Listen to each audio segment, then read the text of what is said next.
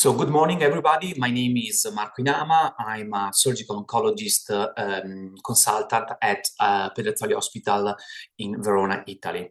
I'm a member of the European Society of Surgical Oncology, and I'm the Colorectal Working Group representative of the Education and Training Committee. Let me thank the OncoAlert Colloquium and the ESSO Society for the kind invitation. My role today is to talk about what has changed in clinical practice in 2025 and what is coming in 2026 in lower gastrointestinal surgery. Let me start saying that I'm not going to report and to talk about new big trial with new conclusions, important tables and figures, but I'm going to report for you just a few important concepts that, in my opinion, have changed in clinical practice in the last year. Let's start from this question. Why lower gastrointestinal surgery is changing. And I would say that the answer is not easy, and it's probably a long answer, but I would say that gastrointestinal surgery is changing because we have more multimodal and complex therapies, and we have more systemic therapies. The functional outcomes and the quality of life of our patient are more important now than before. And surgery is not just a procedure, but is an important part of an integrated pathway. These are the four topics that I'm going to discuss during this lecture. And all these four topics have been involved in changes in the last year. Let's start from rectal cancer. Today we know that the total neoadjuvant therapy is not just a new trial or a new therapy. It's total neoadjuvant therapy is the standard framework for locally advanced rectal cancer. Surgery is less frequent than before and is frequently performed after the completion of this multimodal treatment. The selection of the patient is really important. When operate the patient and if we have to operate the patient are decisions taken during the multidisciplinary team, and the MDT has gained a more important and a more central role in this strategies pathway. Because surgical oncologists got used to see more complete response after total neoadjuvant therapy, we got confident to see watch and wait protocols and follow-up protocols than before. So in rectal cancer, I would say that surgery is now less frequent and more selective. Watch and wait protocols and follow-up protocols are part of important strategies and are more frequent than before. And the multidisciplinary team is more important than before.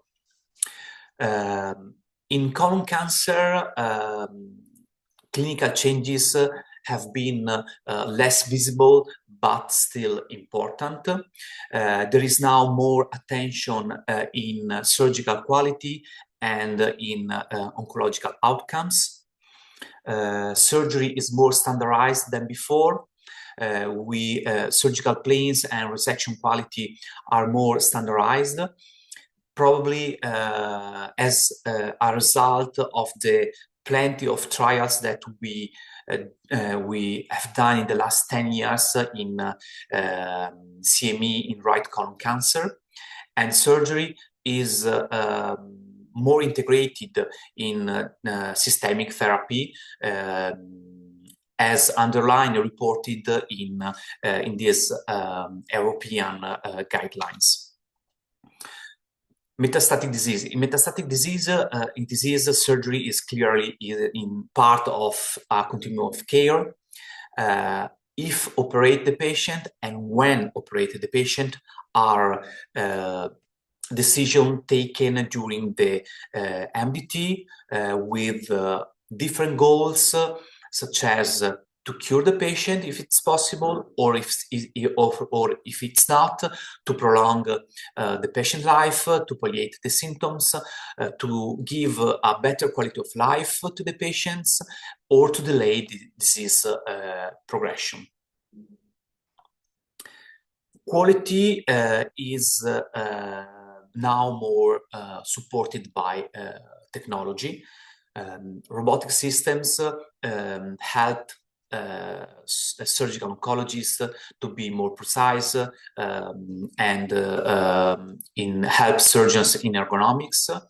Artificial intelligence can support training, preoperative and intraoperative navigation, and we have now a lot of digital tools that can help in tutoring and in mentoring. So technology is supporting a lot our clinical practice and surgery, but it does not replace clinical judgment. So what has changed in clinical practice in 2025? I would say that clinical practice has changed in several points, in several topics. Clinical practice has moved from a procedure-driven to a pathway-driven surgery. Clinical practice has moved from a uniform surgery to a more selective and to a tailored surgery. There is now more attention in quality in surgery and in surgical outcomes, and the decision-making process is a team-based process, and the multidisciplinary team is central in this process. So what's next in 2026? What is coming in 2026? Surgical oncologists are moving towards a more tailored surgery and a more personalized surgical decision-making. We will have in the next year probably new big data, and we are going to discuss this new data coming from new registry and new trials. Surgical oncologists have to get more confident with artificial intelligence and other technologies in clinical practice, and training and mentoring pathway, in my opinion, will be more important. So let me thanks again the OncoAlert Colloquium and the ESSO Society for the kind attention, for the kind invitation. Thanks a lot for your attention. I hope you enjoyed the lecture, and I hope I will inspire your clinical practice for the next year. Thanks a lot. See you next time.